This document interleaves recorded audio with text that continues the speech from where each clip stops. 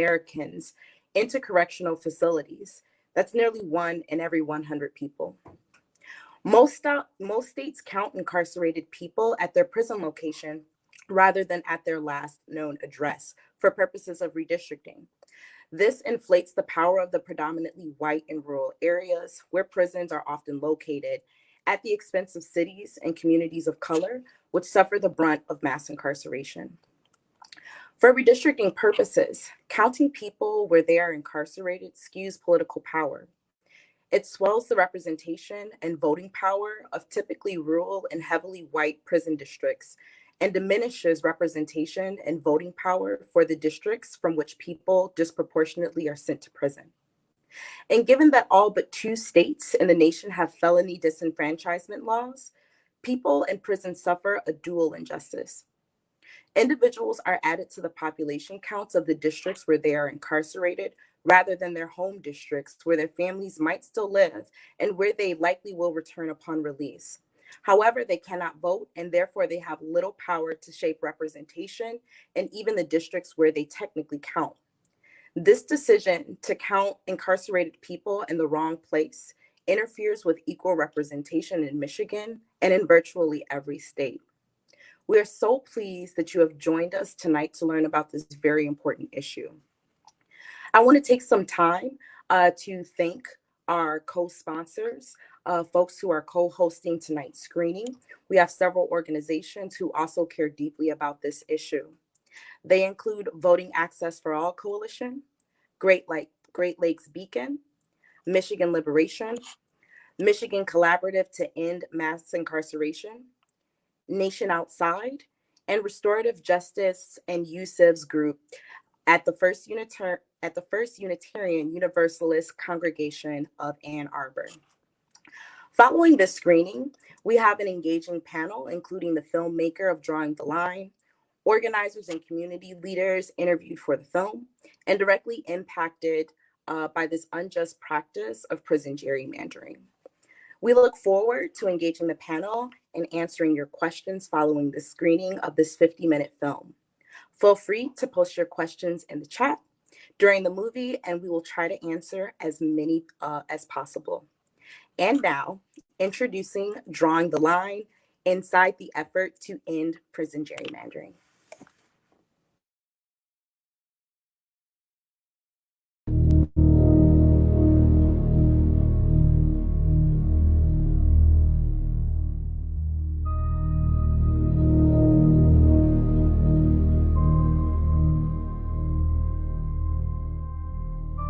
My name is Daniel Jones. I'm currently the outreach and engagement specialist for the Michigan Collaborative to End Mass Incarceration.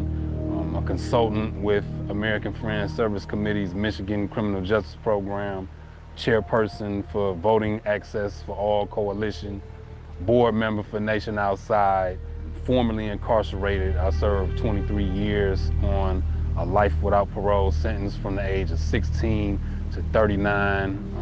Was released in 2019 on parole, made it off parole March 12th of this year. Glad to be home, enjoying my freedom, and honored and blessed to be involved in this work. We put a lot of money into prisons, spending $2.2 billion a year just for 29 prisons with 35,000 people that live there. I had the pleasure and the opportunity to meet Natalie Holbrook in 2013 while I was incarcerated at the Ken Ross Correctional Facility. She came up to the facility and introduced the idea to a small group of us that we should create a peer-to-peer curriculum-based program where we would help one another just navigate through the parole process, commutation process. We do advocacy for people in prison here in Michigan around all sorts of issues related to conditions of confinement, access to release, and we're an anti-prison organization. So we think that we can deal with harms in communities in better ways than we do, and not punishment-based ways. The American Friends Service Committee has worked diligently against failed experiment of the penitentiary. That program, through the leadership of Natalie Holbrook and American Friends Service Committee, is a huge part of why I'm standing right here today. My name's Ray Lanier. I'm the Wayne County Director for Michigan Liberation.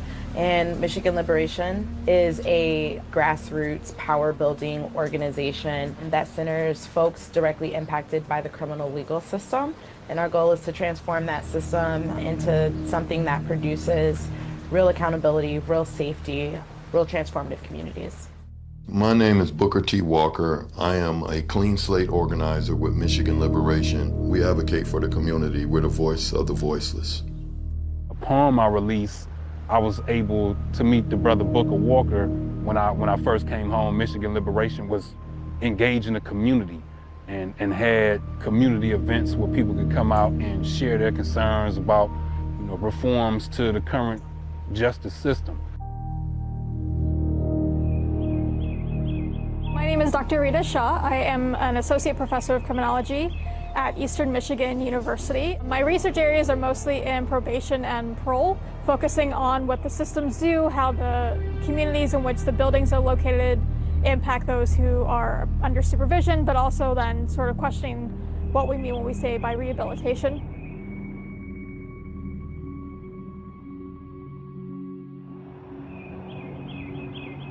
When people say gerrymandering, they mean the way that a voting district has been drawn, the way those boundaries have been drawn to an advantage. Every 10 years, the census does a count of populations within a state, and then we redraw the districts to figure out congressional, Senate, House, and then also state districts as well. Gerrymandering is how we draw those districts in a way that skew towards one goal or another. When you have gerrymandering, that's traditionally thought of as politicians that are picking their constituents rather than allowing the drawing of districts where people can vote for the representatives and pick a representative of their choice. My name is Alex Kaistura, and I'm the legal director of the Prison Policy Initiative. Broadly, we focus on ending mass criminalization and mass incarceration in the U.S. I am also a returning citizen. I've been home 10 years. When I was incarcerated, they held census and they counted us. And that particular time, I was not aware of what exactly gerrymandering was and what it was doing. Typically, it skews in a way that supports one party, so that even if a Democrat runs in one district and because of the way that it's drawn, the Republicans are always going to win, or vice versa. So the way it might be drawn could be that the Republican might have a lot of support, but because of the way the district is drawn, the Democrat will always win no matter what. Oftentimes, it can advantage either party, which is why they say, when Democrats are in power, they're going to draw lines that are going to benefit that party. The same is for any party that's in power.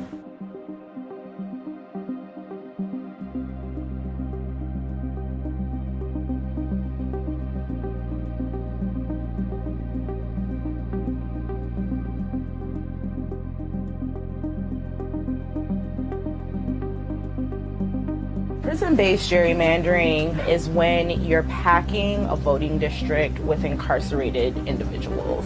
They come into prisons and they take the census and count those people in the district and the community that they are incarcerated in, opposed to the ones that they were residing in prior to that. So when we talk about prison-based gerrymandering, what we're talking about is how folks who are in prison get counted as part of the census and then get drawn within their district. Prison gerrymandering takes gerrymandering one step further. So in gerrymandering, you kind of choose where to draw the lines, but prison gerrymandering gets at the underlying data. So typically when you're counting your census count, you're counted in the place of your residence. For most of us, that's our apartment, our condo, our home, wherever we happen to live most of the time. Because of the way that the census defines your typical residence, folks in prison get counted as living in the prison instead of either their residence before they're incarcerated, or perhaps where their children live, or where their partners live, or where their other family lives. Some residence criteria, and this is the way we've basically done it since 1790, is we count people where they live and sleep most of the time. So when it comes to like quarters populations, such as like college dormitories, prisons, long-term care facilities, like mental institutions, things like that, we count people there at the location. So you have people that are moved from their home, they're counted at the location of the correctional facilities as if they resided there. So you can actually change the underlying data, inflating any existing gerrymanders. And so what ends up happening is you end up with a skewed district where you have a prison with maybe 1,000 people in one facility that don't typically live in that area, and they get counted in that district instead of the district where they actually come from.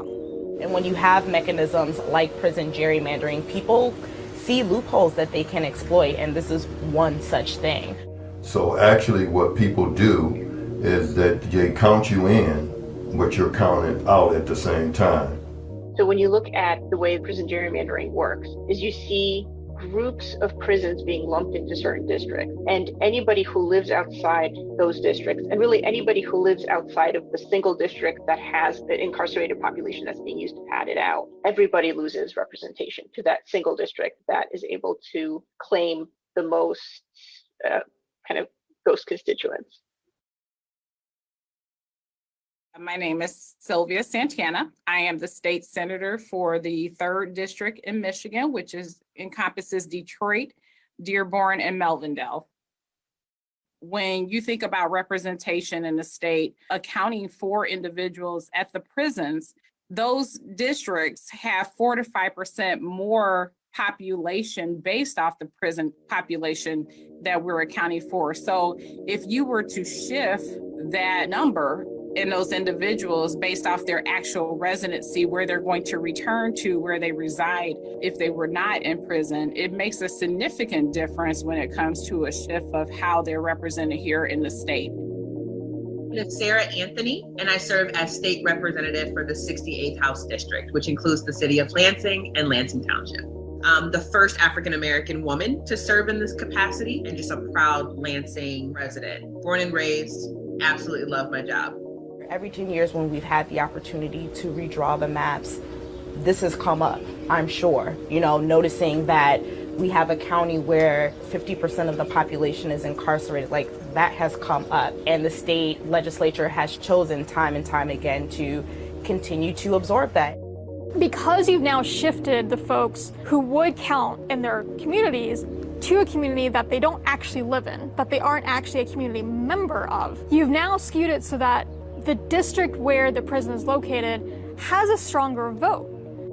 So when you think about that, you have this large population of individuals who are being counted for resources, but are not able to enjoy those resources and are not able to lift up their voices and be represented. That just doesn't seem right. What you often see happening is funds and resources that would go to the communities where the folks in prison would be counted in if they weren't in prison, now is getting put into the communities where they're housed because the prison is located there. I personally can speak in behalf of a lot of those who unfortunately aren't able to speak for themselves. Me actually going into the prison system in 1985 for taking a purse out of an elderly white lady's car, and I received 25 to 100. Okay. As a result, I stayed in prison 13 years doing that tenure. And when I returned home, resources were not available for me. So when you shift representation away from communities that are the hardest hit by incarceration and give that extra representation to communities that contain prisons, you're shifting the landscape of representation, you're shifting the political priorities in who gets funding and how much and what kind of funding is prioritized by the legislature. We've already disenfranchised folks who are in prison because they can't vote while in prison. Now we're double disenfranchising them because they're counted as a voter when they A, can't vote in the first place, and B, can't vote in that community that they're being counted in. Whereas if they could vote, they would probably list the house that they came from and vote in that community instead. And that's just a practice that, it eats away at democracy and just a fair and meaningful opportunity for communities to receive the aid and assistance that they really need. Folks in prison aren't really members of that community. They're not really members of any community because they're not counted in the community that they actually belong to. Incarcerated individuals are not only missing from their communities, but in essence, they are also advantaging other communities. And so when there are resources that are being counted on behalf of those individuals, they come from areas in which those resources could be helping their neighborhoods, their communities, their families, right? Mom's been in this house for 40 some years. My youngest brother lives here with her though. So we'll take our shoes off when we get up here. Yep, that's me. My mama holding me. I gotta get a copy of that one. That's going back there. That's 1956 there. Might be 57. I might have been a year old on that one. Having been a person who has 4 failed paroles, 17 felonies, and serving 25 and a half years, I came home 4 times. And when I was coming home to nothing in my community. Where are the mental health facilities? We could have something for addicts, drug addicts. Where is the facility? We got land, who owns it? But the communities that I was counted in, they weren't welcoming me to their communities, which benefited as a result for counting me during their census process. And so what it did, it dissected areas of need that could have been supported in the areas when I was coming home those 4 times, and taking those resources away and providing more resources as well as representation in other districts that didn't have anything to do with me. And so you had these communities that were basically benefiting off of me being a captive in the system.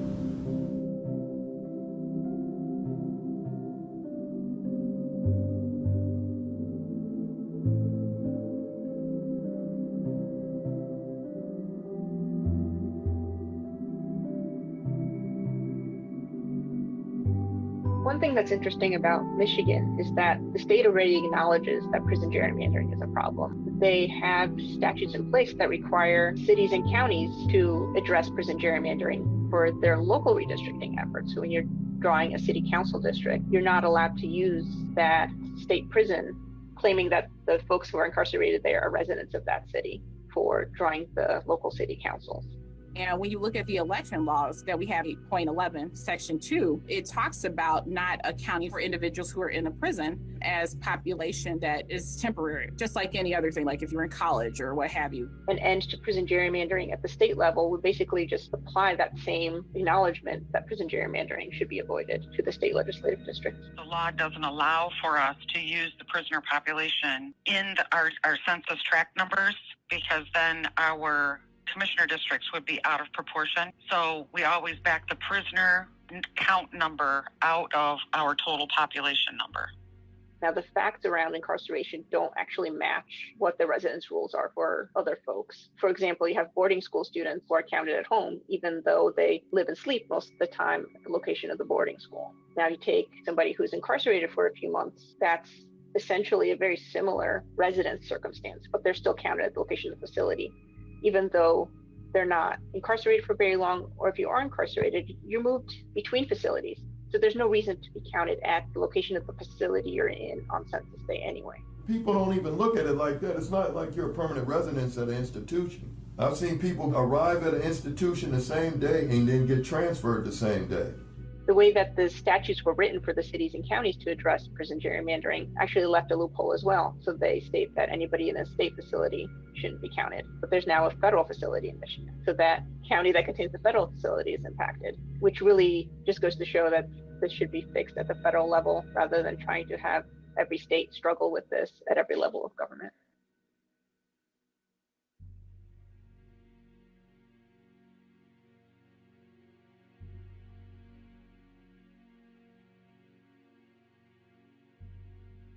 So what the Census Bureau is doing is, with the redistricting data, it's actually publishing a separate table where it lists where it actually counted all the incarcerated people. For 2020 census, we actually have a data tool for them to move their group quarters population to wherever they would like, as long as it's within the state. say a prison was in city A and the prisoner is actually from city B, they can move that person back to city B, so they would be counted in city B's redistricting rather than city A, where the prison is located. Michigan and people are very close to having their citizenship back, right? But then they're being counted to create an entire legislative district. And that's problematic.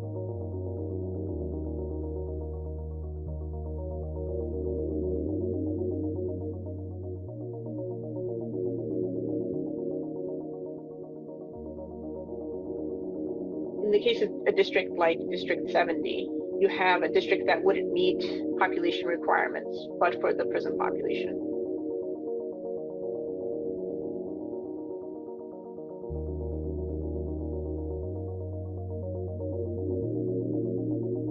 And you can see this in the way that the Michigan state house districts, for example, were drawn last decade. Every state house district in Michigan needs roughly 90,000 people in it. And you're allowed to deviate from that a little bit here and there. But District 70 is already low on population, and they counted about 6,000 incarcerated people in that district. So even padding out District 70 with over 6,000 incarcerated people, they still are 3,000 people short of that total district population that would be ideal for that district to have. This basically makes underpopulated districts legal on paper.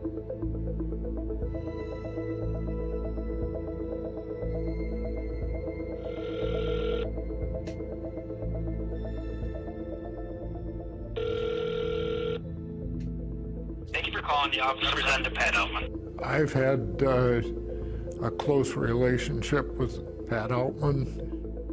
The population has stayed basically the same since in the 40s. We're on the order of 7,400 with the incarcerated population. We believe that's closer to 4,500 in 29 or 30. As far as major employers in St. Louis at this time, the Department of Corrections, Michigan Department of Corrections certainly is among the top. The Department of Corrections has offered a lot of career jobs for people for the time that they've been here, and which I think dates back to the late 1980s or around 1990, since there's been the first prison here. It's a correctional facility in St. Louis. There are two now. At once were three facilities, but two of them combined to make what is now called the Central Michigan Correctional Facility, and then the northern facility is St. Louis Correctional Facility. There were a lot of lost job opportunities at that time, so there was a big need for employment. The people that were for the prison thought more for the economic improvements and the money that would benefit the city. I feel that it changed the city for the better. They've proven to be a good asset for our community. We sell them electricity, we sell them water and sewer. It's worked out well for us. Well, this idea of the constituents being incarcerated and those making up the numbers for congressional districts has not been something that I've thought of too much in the past. And of course, the census count is constitutionally mandated, and it is supposed to be where they're currently living. So about the only thought that I had initially is that our elected officials are there to represent the constituents, whether or not, in the case of prisoners, they can vote or not. So certainly there's some merit to the argument that it's not really representative of where these folks come from in a lot of cases. Having the district set up the way it is beneficial. I like it. Huh? Okay, all right. Okay, you guys. Love you. Okay, love you too. All right. I'm just right here, okay. This is when we went, this is I think the second time that they actually seen him. And so he picks them up every single time because Richard is huge, he's a big guy. And so he picks them up every single time like they little bitty kids, and they just love that.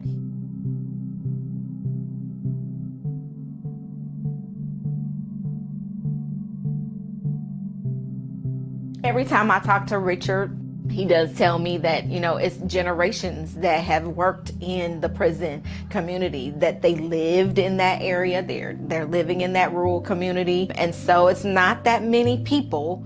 It helps these communities who really survive off these prisons. It helps their families, especially with us being counted within their census, whether we are here or benefit from it at all. Not saying like they don't deserve funding and stuff, but where we come from is the reason why people start turning to drugs and crime, because they don't have the rec centers and the community centers, housing development projects, because we weren't counted in those censuses. That county is small. You don't want to rip the jobs away, but what other concerns could that county with such a small population have, as far as Wayne County, which is a huge population, that you can just see that they need more representation. Legislators, they're looking out for their district, right? They want to keep these jobs. These things are intentional. They would be less inclined to release us or shut these prisons down or do any type of criminal justice reform, because it's their families and friends that will lose. We can have good paying jobs, but it doesn't have to come through a prison. It doesn't have to come through a jail. And it's my belief that a lot of these communities weren't given the choice. They were given a choice of starve, and not be able to take care of your family, or take this job in corrections.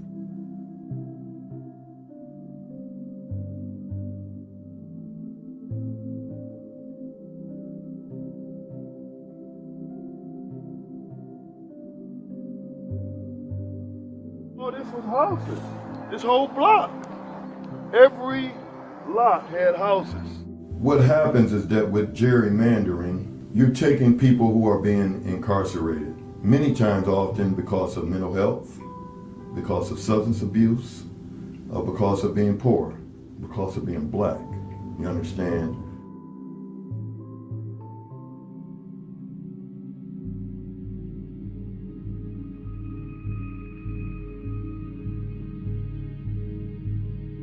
Unfortunately, our criminal justice system is skewed in such a way that Black and brown folks are disproportionately represented in prisons and jails. And then you look at the numbers and you're like, well, it's all these Black people that are doing all these crimes. Or let me rephrase, it's all of these Black people who are locked up, like clearly they're criminals. When no one but grassroots organizers and movement lawyers are doing the work to say that these people are being mined from our community.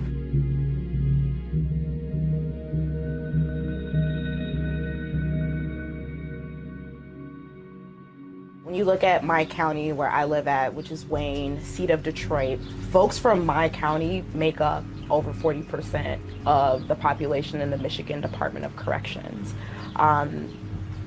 There's a reason for that, right? People are targeted here, they're over-policed, they're under-resourced in their communities. It has a much larger impact on just the person who's being incarcerated, because now this family is, further put at risk of incarceration, of having to seek other means of survival, of not having their voice taken seriously when they do go and advocate for themselves at the state seat. So recently, in June, community took to the streets on a main thoroughfare called 8 Mile for the second time to protest what folks are calling the 8 Mile Divide.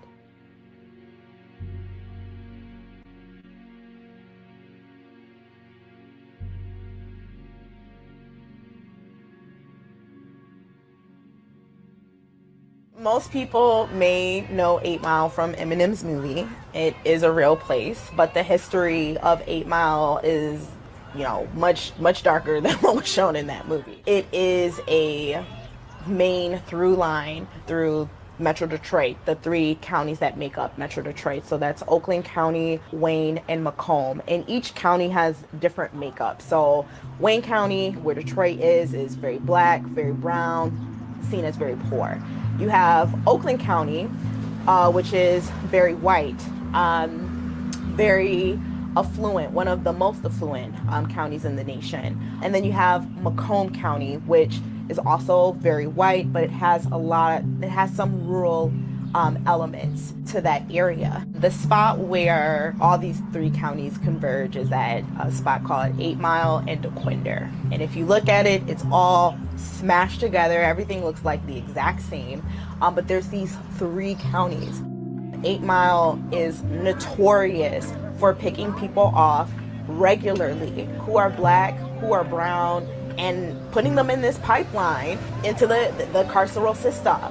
It's part of the pipeline that's moving black bodies from Wayne County into northern, more rural communities that depend on prison economies. Let the people do the people's business, and that's going to work and trying to take care of yourself and getting to your job the best way you can. 8 Mile is the divider of the city, but that don't mean you have to divide the people based on their financial background. So let's put a stop to it.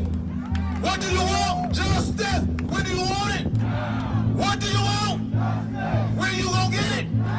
When people are incarcerated from this part of the state, when they're black and brown, they're being shipped up north, some as far as the UP. And Michigan is a really big state. So you have people that are coming from my region, Wayne County, and they're being shipped to northern rural places. You'll see, if you look even at the patterns of the prison closures, the Detroit prisons, they don't exist anymore. But you have Baraga and Chippewa and Kinross and Marquette, and then Carson City. It's a huge complex. They merged a bunch of prisons. It's huge. That's messy. So you have northern, more rural areas in Michigan, like Ionia, like Carson City, like Baraga Village, where their population, like 50% of it is incarcerated, right? Baraga is a very problematic prison. It's got a huge population of black men. It's a level 5. It's got, I think, 400 administrative segregation or solitary confinement beds. Up to 80% of those beds are filled with black bodies at any given time. It's all white staff. I was in Baraga, Michigan, when they opened up a prison up there. I was one of the first candidates when they opened up the place. One of the first ones in the cell there, not far from Milwaukee. And the town really, from what all the officers and some of them were speaking in behalf, this is like 1994, they were not an industrial town at all, basically. The prisons gave them jobs, and a lot of the people took advantage of that. We were counted in their areas. Many of these towns hardly even had a Burger King or a McDonald's. And after years of having facilities up there, then there started to be a movement where different businesses were moving in. It become more industrious as a result. The prisons and everything complemented these areas with a lot of economic growth. And so whereas the communities that were counted, that were not counted, which where I had come from, Detroit, they were taken away. You have people who might be interested in corrections up in the UP and sitting on a corrections appropriations subcommittee only to keep jobs up in the UP. Not anything around, like, where are these people from? And they're getting state representation based off of these inflated numbers. You know, these inflated numbers say on paper, these rural areas, people with only 40% voting population, have more power, more say, more ability to act in their values than folks in Wayne County, than folks in surrounding counties, Genesee County, where Flint is, these black and brown urban places. Why in the world is it okay to take a person from Detroit and pull them 12 or 13 hours away from their house and their people and incarcerate them so that your white community member can have a job and like basically making a livelihood off the backs of Black bodies. It's directly connected to the history of slavery and genocide and the historical repression of Black folks and the Black vote. People that were in Berger wasn't going through the restrictions that people were going through in the inner cities. You have parts of the city, as a matter of fact, from 1967, from the riots that still haven't been, that are still in ruins. And so this is part of the system. This is what it does to a community. It deteriorates a community. And when we talk about prison gerrymandering, and we talk about the idea of prison and, you know, how this is supposed to be safe and, you know, how this is supposed to be for our better representation, none of these things, the incarceration, the way that we draw our voting maps, speak to any of the transformative solutions that could come up to help support that family when a loved one is taken. What the system's done to me. What the system's done to me. They lock us up, they shoot us down. They lock us up, they shoot us down. But we'll get justice in this town. But we'll get justice in this town. Say we'll get justice in this town. But we'll get justice in this town. Say we'll get justice in this town. Say we'll get justice in this town. We'll get justice in this town.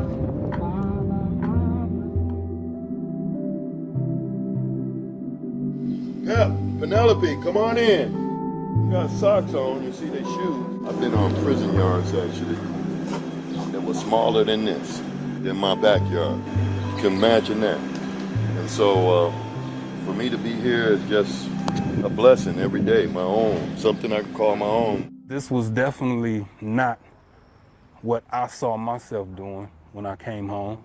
And you know, it's a blessing just for me to be able to share my lived experiences in a way that like helps others draft legislation and create models for services for directly impacted communities and people when they come home from prison. So it's like, you know, it's kind of surreal.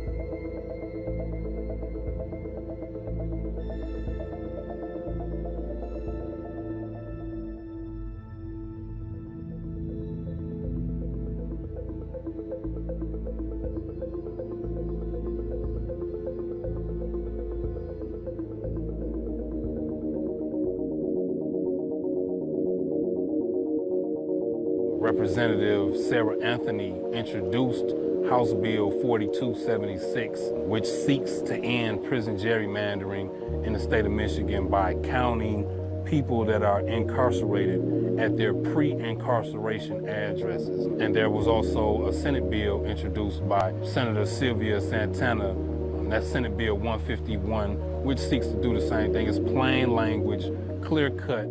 The representation that we currently have should be one vote, one person. And here in the state of Michigan, that is not the case. We actually are accounting for that population of individuals in the prisons, which are mostly located in rural areas.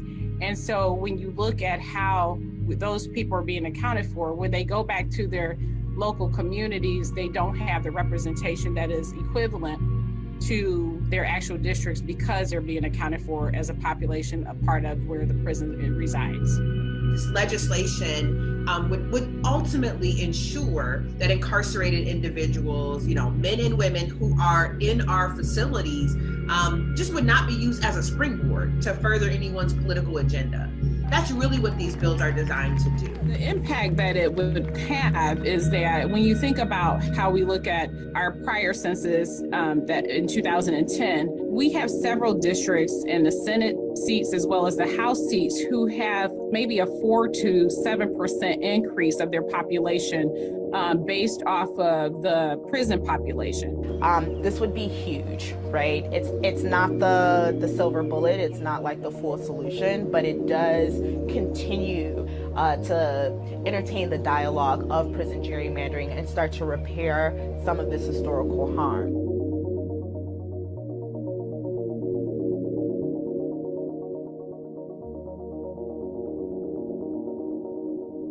So there have been national conversations about prison gerrymandering, and there is a story to tell here in Michigan.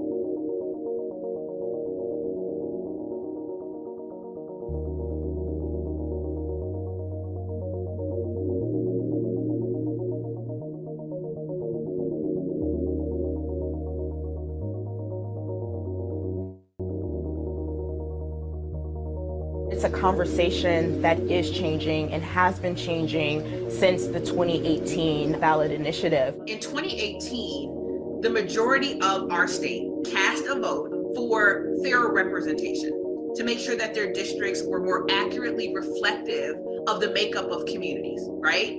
Folks went out into the community and said, this thing is happening, we need to draw maps. There's no reason why I and my neighbor next door live in two completely different districts. That's not right. Because this is a 10-year process. The only way that the citizens that are currently incarcerated in prison will be counted and represented where they actually live will be if the commission decides to go through the process of reapportionment, and the infrastructure is already there with other states having done this. What I am looking for on behalf of those that have no voice and cannot even vote is that you all make the decision to count them where they actually live. And that data is available. I don't have a map currently. Is that, my time is over? Good day. Thank you so much for taking the time to address the commission. Please go to the public comment tool and finish the rest of your sentence there. We genuinely want to know what you have to say. Thank you. 2. We have these regular folks in this independent commission drawing maps who are not well versed if they've even been exposed to this dynamic. So, I ask myself, how can we truly have fair maps drawn if all of the bad things that we've been trying to avoid are not on everyone's radar? Why were these maps drawn this way? Who have these maps, historically advantaged or disadvantaged? These are things that are going to require a lot of grassroots oversight. And I just want to thank everyone that came out here tonight to be a part of this. God bless you. Thank you, Councilman. 29. And you all feel free to use both mics if you don't want to wait for this one or the other one to be clean. Okay. Thank you. My name is Dr. Constance Simon. During the last census, there were over 50,000 people incarcerated at that time. And at that time, the inmates were not getting representation where their families needed it, where their schools needed it, where they would return home and there would be a change. It gave numbers and it gave people agency in other areas because they were counted in these prisons where there were 2,000 and 4,000 people in these smaller cities. So thank you for listening to me, and I certainly hope you will take that into consideration because that shouldn't happen. Thank you so much for taking the time to address the commission. 30 and I didn't say thank you for coming, but I'm glad they came. But I said thank you for listening and understanding. They need to gain an understanding of what is needed and not just overlook it. So it's not, it's not me ragging on the commission. It takes two to tango sort of thing where, the commission has this very important job and community and grassroots has an equally important job of communicating and saying, hey, as you're drawing these maps, I need you to consider these dynamics. In the year 2000, I was incarcerated at the Michigan Reformatory in Ionia, Michigan. And I'm originally from Detroit. And while I was there, an officer passed out a census form to everybody on the cell block. As I began to fill out the form, I heard someone yell out from inside their cell, "Don't fill that out. They're trying to count us as residents here in Ionia to receive benefits and opportunities and privileges." When I heard that, I tore the census form up and threw it in the toilet. That's prison gerrymandering. A few of the people, organizations that was there, they came up and just like really just thanked me for sharing that and speaking to that issue. And I was also approached by one of the commissioners. He came up to me and informed me that that being the 14th public hearing that the commission had hosted, they've heard about prison gerrymandering at each public hearing. You know, out of all of the public comments that were made, he hadn't heard anyone give like a personal account of like being incarcerated and being counted. So he thanked me for sharing that story, just assured me that he was gonna do what he could to like encourage the rest of the commission to do what was in their authority to put an end to prison gerrymandering. That is a practice in which conflates population counts and distorts this entire redistricting process. It is the responsibility of this commission to ensure that fair and equal maps are drawn. But that's impossible for you to do when you do not have an accurate count of populations of people where they will be returning to once they leave prison and where they originally come from. I do believe that with the Independent Redistricting Commission and with a lot of love and rigor from grassroots communities and community stakeholders, that we will be able to tamp down on this horrific practice and actually get representation that represents the full humanity, not just of the state of Michigan, but of the Black and brown residents that live here too.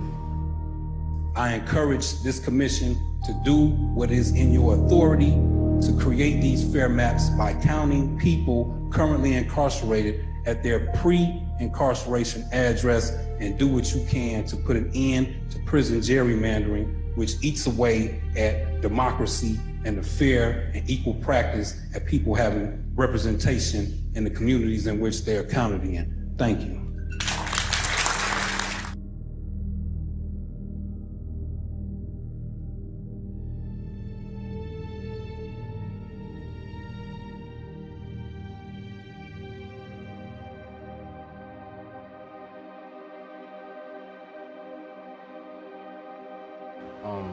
So bringing this conversation to light, you know, some people, they're not aware of prison gerrymandering and how it impacts them. So like to have their attention and to be able to educate them on how it does impact them and what steps could be taken to ensure that this practice, you know, comes to an end. Like it's fulfilling, you know, it's fulfilling for me to be able to have these conversations. But it's going to take a lot of love and rigor and intentionality to make sure that we aren't just drawing the same maps, you know, with an independent commission. Yeah.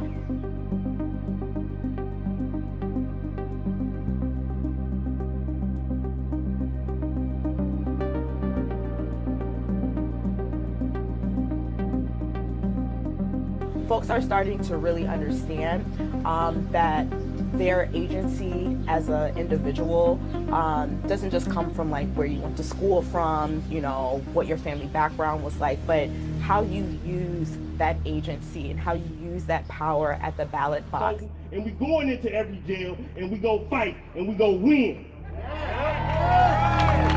Still fighting for the right to vote, what? Amanda! I wait you! That means power to the people.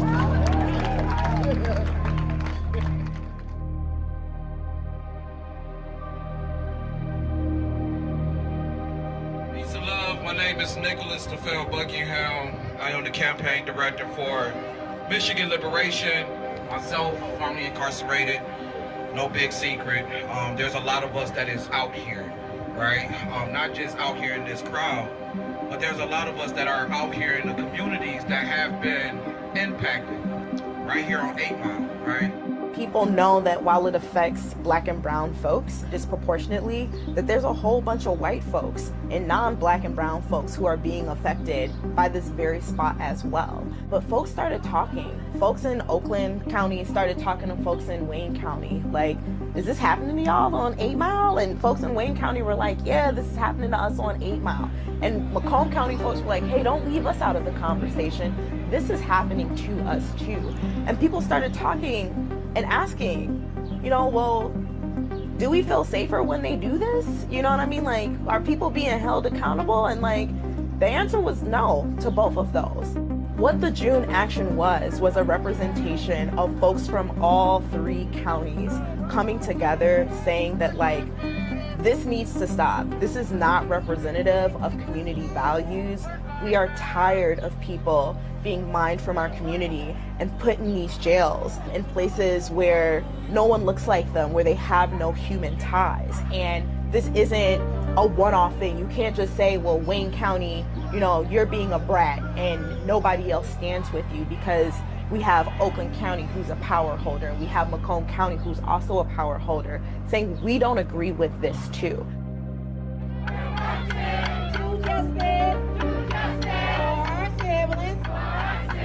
And our cousins, our sisters, and our brothers, for our fathers, our beautiful mothers, for our siblings, and our cousins, it's for Detroit, it's for each other. After we march, we organize.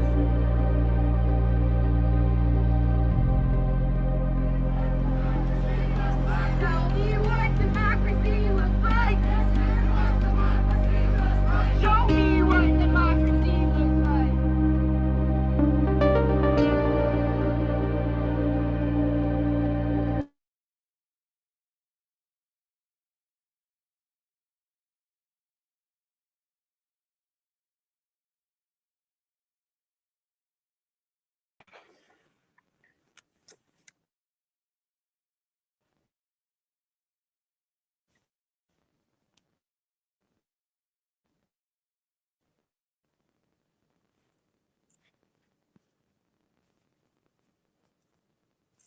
All right.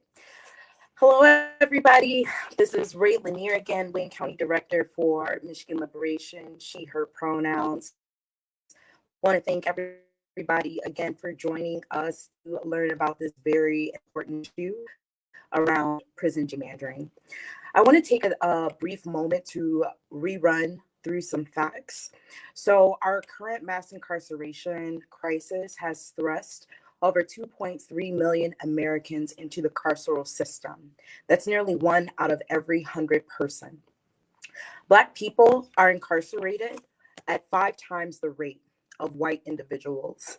That means that more than half the incarcerated population are Black, most often from urban communities. Most of these prisons, however, are located in overwhelmingly white rural communities. And when it comes to the census, Black urban Americans who are incarcerated and who cannot vote are counted as residents of those white rural communities rather than the diverse urban communities where they live.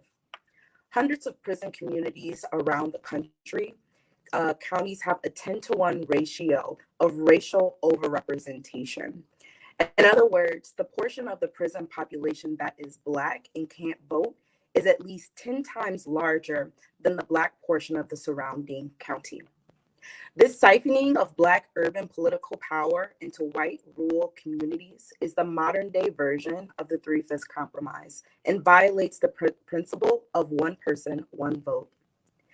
I'd like to take some time to introduce our panel to further touch on this practice of prison gerrymandering, and hope you've been moved to learn more about what steps we can take towards ending prison gerrymandering in Michigan. So what I'm going to do is I'm going to introduce our panel by name, and we'll keep that stack for folks to go ahead and give a little bit of background on themselves and their organization before we move into questions.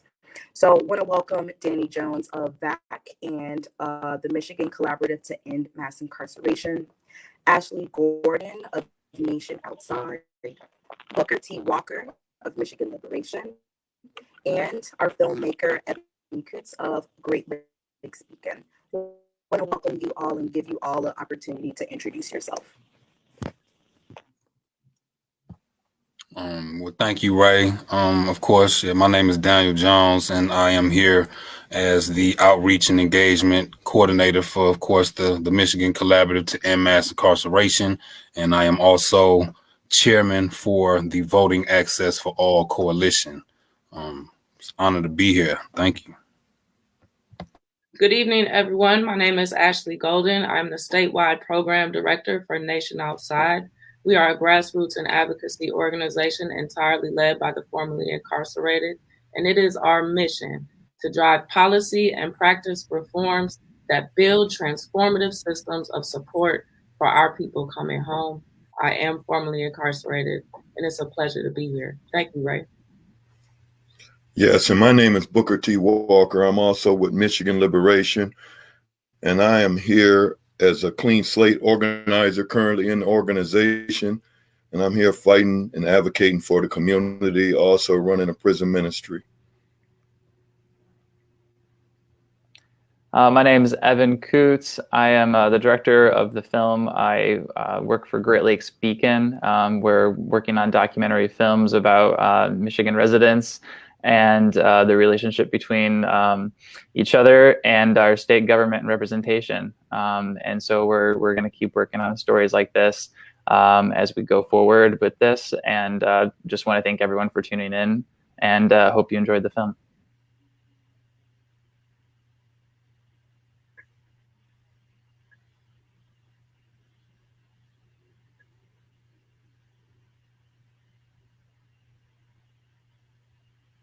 Looks like Ray disappeared on us. She didn't get beamed up, did she? Sorry, y'all. I'm back now. Mercury is in retrograde. My technology is having a time. So thank you, everyone, for introducing yourself. We'll go ahead and move into questions, starting with our filmmaker, Evan Coots. So Evan, welcome to the panel. Thanks for joining us for this premiere of the film. My first question to you is, when did you first start working on drawing the line? I first really started production on this in March. That's when I guess the research, kind of started for the story. It was a lot of phone calls and emails and waiting to hear back, and then meeting some really fantastic folks. There were some folks at the very beginning who were ready to go, wanted to be involved. So we had a lot of support and people who were excited to talk about this subject and wanted to be asked what they thought. And so we wanted to share their perspectives with everyone. So we kind of felt like this was an opportunity to tell a story that had some timeliness to it as well. So it did take a few months to get it all together, but I'm glad that it's here now and that the conversation's happening.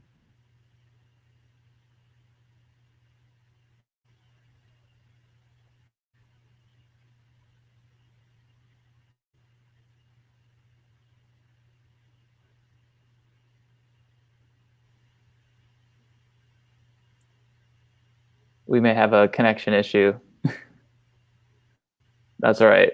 Hopefully we'll get through that in just a moment. Thanks. I think the Wi-Fi at the office, it hasn't been up to par. We're working on getting that together at our new office in Madison Heights.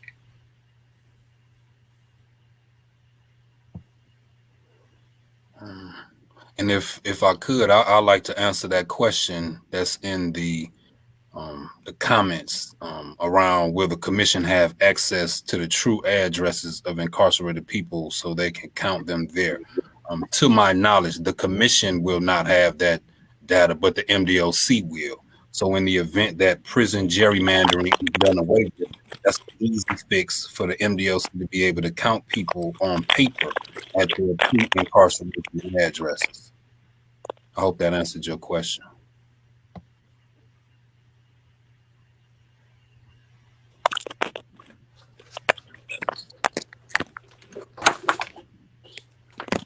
And I think, are there any other questions that anyone has at the moment? I'm checking. Yeah, I was going to say, but we can at least kind of all co-MC fill in the blank right now while we're getting waiting for a better connection. And yeah, so if anyone would like to leave any of their questions in the comments, we can see those here. So if you would like to direct those towards a specific person, feel free to do that. Otherwise, you can just let us know what you're thinking, and we can try to tackle those. Yeah, and we do have another question. Let me see here. The question is, of course, since. Oh, okay. The first question is for you, Booker. It says, "This is terrible.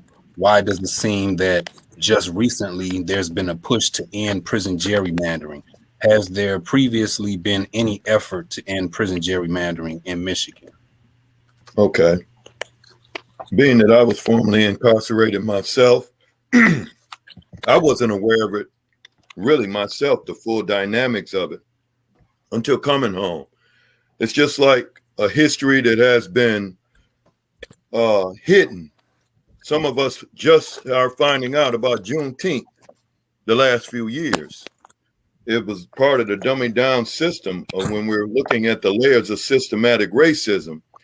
And so, no, there hasn't been much effort, I don't believe. It's not as much as it is recently because of a new consciousness coming into the community. Many of us in white communities and black communities, in the black community, we've been black boozled, and in the white communities, we've been white boozled. And as we struggle to find out the real truth of all the systematic racism, I guess, now it's coming to the forefront. And as a result of some of the stuff recent in our politics. Yeah, definitely. And I like to just add to that. Of course, my first encounter with prison gerrymandering was while I was incarcerated.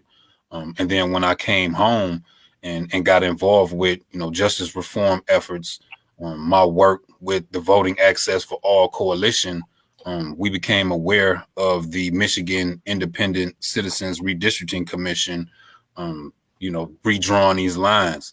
And then I was also made aware that in the state of California, they were able to do away with prison gerrymandering because the state's legislature made the recommendation to that state's redistricting commission that they should do away with prison gerrymandering. So I saw this as an opportunity in the state of Michigan for us to take advantage of this redistricting commission being in place and just offering the public comments and testimony to encourage them to also do away with prison gerrymandering in the state of Michigan.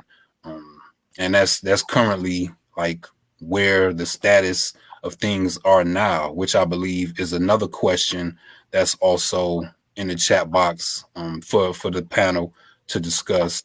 What is the current status of the prison gerrymandering in the state of Michigan? Where does it stand now? And that's to everyone on the panel. I'll jump on that, Danny.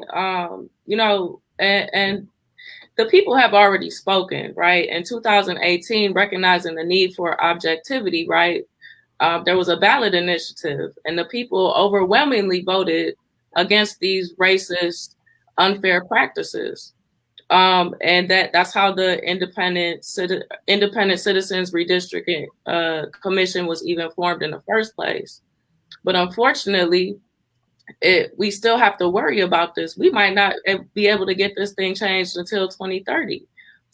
Despite people overwhelmingly opposing this, despite having an independent commission, despite having several public hearings where people spoke out in droves at every meeting about against prison gerrymandering, it's still something to be worried about. In fact, just in August, I don't know if you guys heard about this, but the commission hired Mark Braden. He's the former chief counsel to the Republican National Committee. And this is a law firm that has fought unsuccessfully for these unfair practices. And we hired them based on that experience. So it seems like the commission is not being objective. It seems like they're not listening to public comments. And we need more eyes and we need more voices on this. Definitely. And thank you for that, Ashley. And also just to update people on the current status of the legislation that's in place. House Bill 4276 was referred to the Committee on Elections and Ethics on February 23rd, and Senate Bill 151 was referred to Committee on Judiciary and Public Safety on February 18th. That is the current status of these House Bill and Senate Bill, and we definitely need to push to encourage these committees to have a hearing on these bills, and then just move them forward. So yeah, that's definitely the update on the current status of where these bills are. Yeah, I definitely agree too, wholeheartedly, because it's hard for, it's not easy for them to accept, to be able to take away. For them to lose all this is a big loss to them, but it's a big gain for the people who really need it, those closest to the problem, closest to the solution. That's why many of us who are formerly incarcerated are here speaking in behalf of this, which is definitely a blessing to be able to even do so, because we were in a system that was designed to break us, but yet we survived it. And so definitely it's not going to be easy for you to tear down some that's been a structure for so long. Absolutely. Hey, and Ray's back. I'm back, y'all. The internet wins again. But want to appreciate the team for holding everything down. So want to appreciate folks for pitching in on that question. So my next question is going to go over to you, Ashley. So you've devoted yourself to empowering folks who've been disempowered by mass incarceration, and ensuring our voices are heard in the democratic process. Could you speak more on your efforts to do so? Sure. So Nation Outside is taking the lead in trying to initiate jail-based voting practices. Our Flint team has been wildly successful in Genesee County. In the last local election, jail-based voting actually comprised 18% of the vote, which is huge. And so we're working to replicate that model around the state. So starting in Wayne County this year, we'll be in there getting people registered to vote, getting them absentee ballots, and making sure that everyone's voices are heard. Thank you, Ashley. Danny, I'm going to go ahead and pass it over to you with this one. So ending prison gerrymandering in Michigan has been a crucial part of all of this work. Can you share with us about your experience speaking at the Redistricting Commission? You've already talked a little bit about where prison gerrymandering stands now, but if you could touch on that experience and maybe tell folks what we can do to help end this injustice in Michigan, what can be done to support efforts to end prison gerrymandering now? Definitely. And so again, just the work that I've been doing with the Voting Access for All Coalition, we were made aware of the MICRC's, hosting public hearings. So myself, accompanied by another VAC member by the name of Jenny Pruiss, we attended the public hearing in Macomb County. And when we got there, they said like this was one of the larger turnouts for the public hearings. And Jenny went first and of course did an excellent job at just narrating the statistical data, the numbers on, you know, how prison gerrymandering and mass incarceration adversely impact communities of color. And then, you know, and we only had 2 minutes to, you know, pack everything that we wanted to say into, you know, this public hearing. And after Jenny went, then I went and just shared, you know, my personal account of my encounter with prison gerrymandering, being handed a census form while held at the Michigan Reformatory. And again, like at the end of, you know, both of our testimony, they went into a break, and I was on my way out, getting ready to leave, and like was surprised at the feedback from the people who were in the audience, people approaching me saying how thankful they were for me speaking to that issue.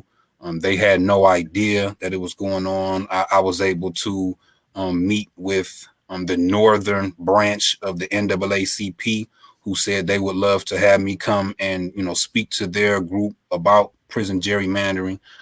So I felt like it was a good job. It was work that was well done on behalf of, you know, just people who are directly impacted by prison gerrymandering. And to your second question, ways in which people can help support the efforts to end prison gerrymandering.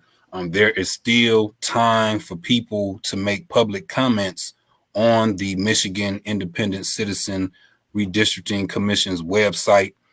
We have a link that we will send out, and you can click it and will go straight to the public comment portal. You will see all of the public comments that have been made, in addition to the verbal testimony that has been provided by not only myself, but of course, as you saw, Charles Thomas Jr. And several others that have also spoken to the issue as well. So you can click on to the link and go straight to the portal and make your public comment. We've also drafted a letter that will go out to your specific state representative or your state senator. You can just type your information in there, your address, and your state rep or state senator will automatically pop up. It's a draft letter. You can also add a personal story to it if you would like, or you can just send it out as is. And this is encouraging the House and the Senate to move these bills to have a hearing on the floor. So right now, that is probably the best things that we can do in regards to adopting a new policy in regards to prison gerrymandering in the state of Michigan.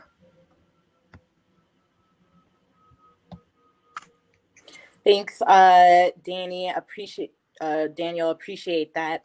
I want to thank everyone for joining us. Again, I want to thank our panel for joining us and blessing us with this discussion.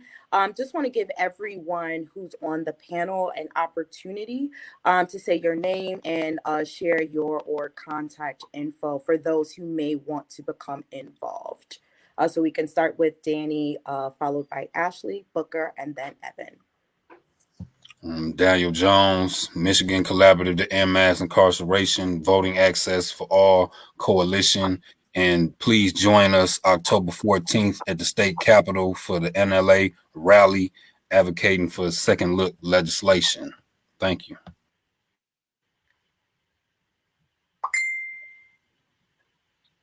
And my name is Ashley Golden. Again, I'm the statewide program director for Nation Outside. You can join and become a member at www.nationoutside.org. Please get involved. There was a comment at the end of the movie, right? After we march, we organize, and all our voices are powerful. We need to use them to see the change that we want to see. Thank you. Yes, and I'm Booker T. Walker, and I'm with Michigan Liberation as a clean slate organizer. I will be able to put my information in the chat. Will the public be able to see it? Ash, Ray, do you know that or not? Angela said yes. Okay, so we'll put our information in there and you can reach us. And I'm just happy to be in coalition with all the organizations that we're working with, because alone we stand, we're not getting the best efforts out of this work. But when we can come together in a common thread, this is why how we really build our power. My name's Evan Coots. I'm with Great Lakes Beacon. Thanks for tuning in and watching. We'll be making more documentary films about issues going on in the state and where the people are gathering. We'll try to be there. So if you have any questions about what we're up to, or if you have any questions about this film, please reach out, and you can reach out through our Facebook page, or you can find me on Twitter. Evan, Kutz is the last name. And again, we're at Great Lakes Beacon. Thanks. Appreciate it. Want to give a final shout out to our co-host for this evening. That's Nation Outside. That's the Michigan Collaborative to End Mass Incarceration. Great Lakes Beacon, of course. Voting Access for All Coalition, Michigan Liberation, and Restorative Justice at USIS. I want to thank each and every one of you who are viewing and watching this now and later for joining. You can find more about this issue, as well as the contact info for all of the orgs who participated tonight by going to votingaccessforall.org. That's votingaccessforall.org. Again, thanks, and want to wish you all a wonderful evening.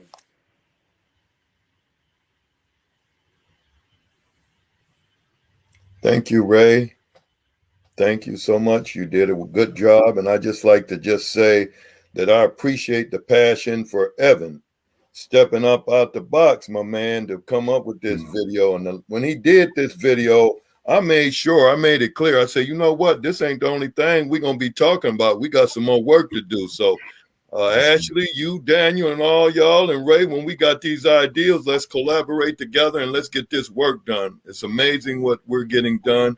And it's only because God has got us on his side. That's right. Yeah, amen. Thanks, Booker. For sure. Really appreciate you. Well, I appreciate you too. You getting ready to work some more, my man. Lot to do. Yes, it's never ending, unfortunately, but hopefully at the end, we can sit on the beach somewhere with some daiquiris and enjoy and just reflect and say, hey, I look forward to those days. That's what I'm talking about. Hawaii sounds good with me. Maybe we can get us a trip and do that. Right. That sounds awesome. Let's think about that. To the future. For sure. Cool. All right, everyone. Awesome. I love an effective meeting, and I'm giving y'all 10 minutes back to y'all day. I know you wanted it. Peace and love.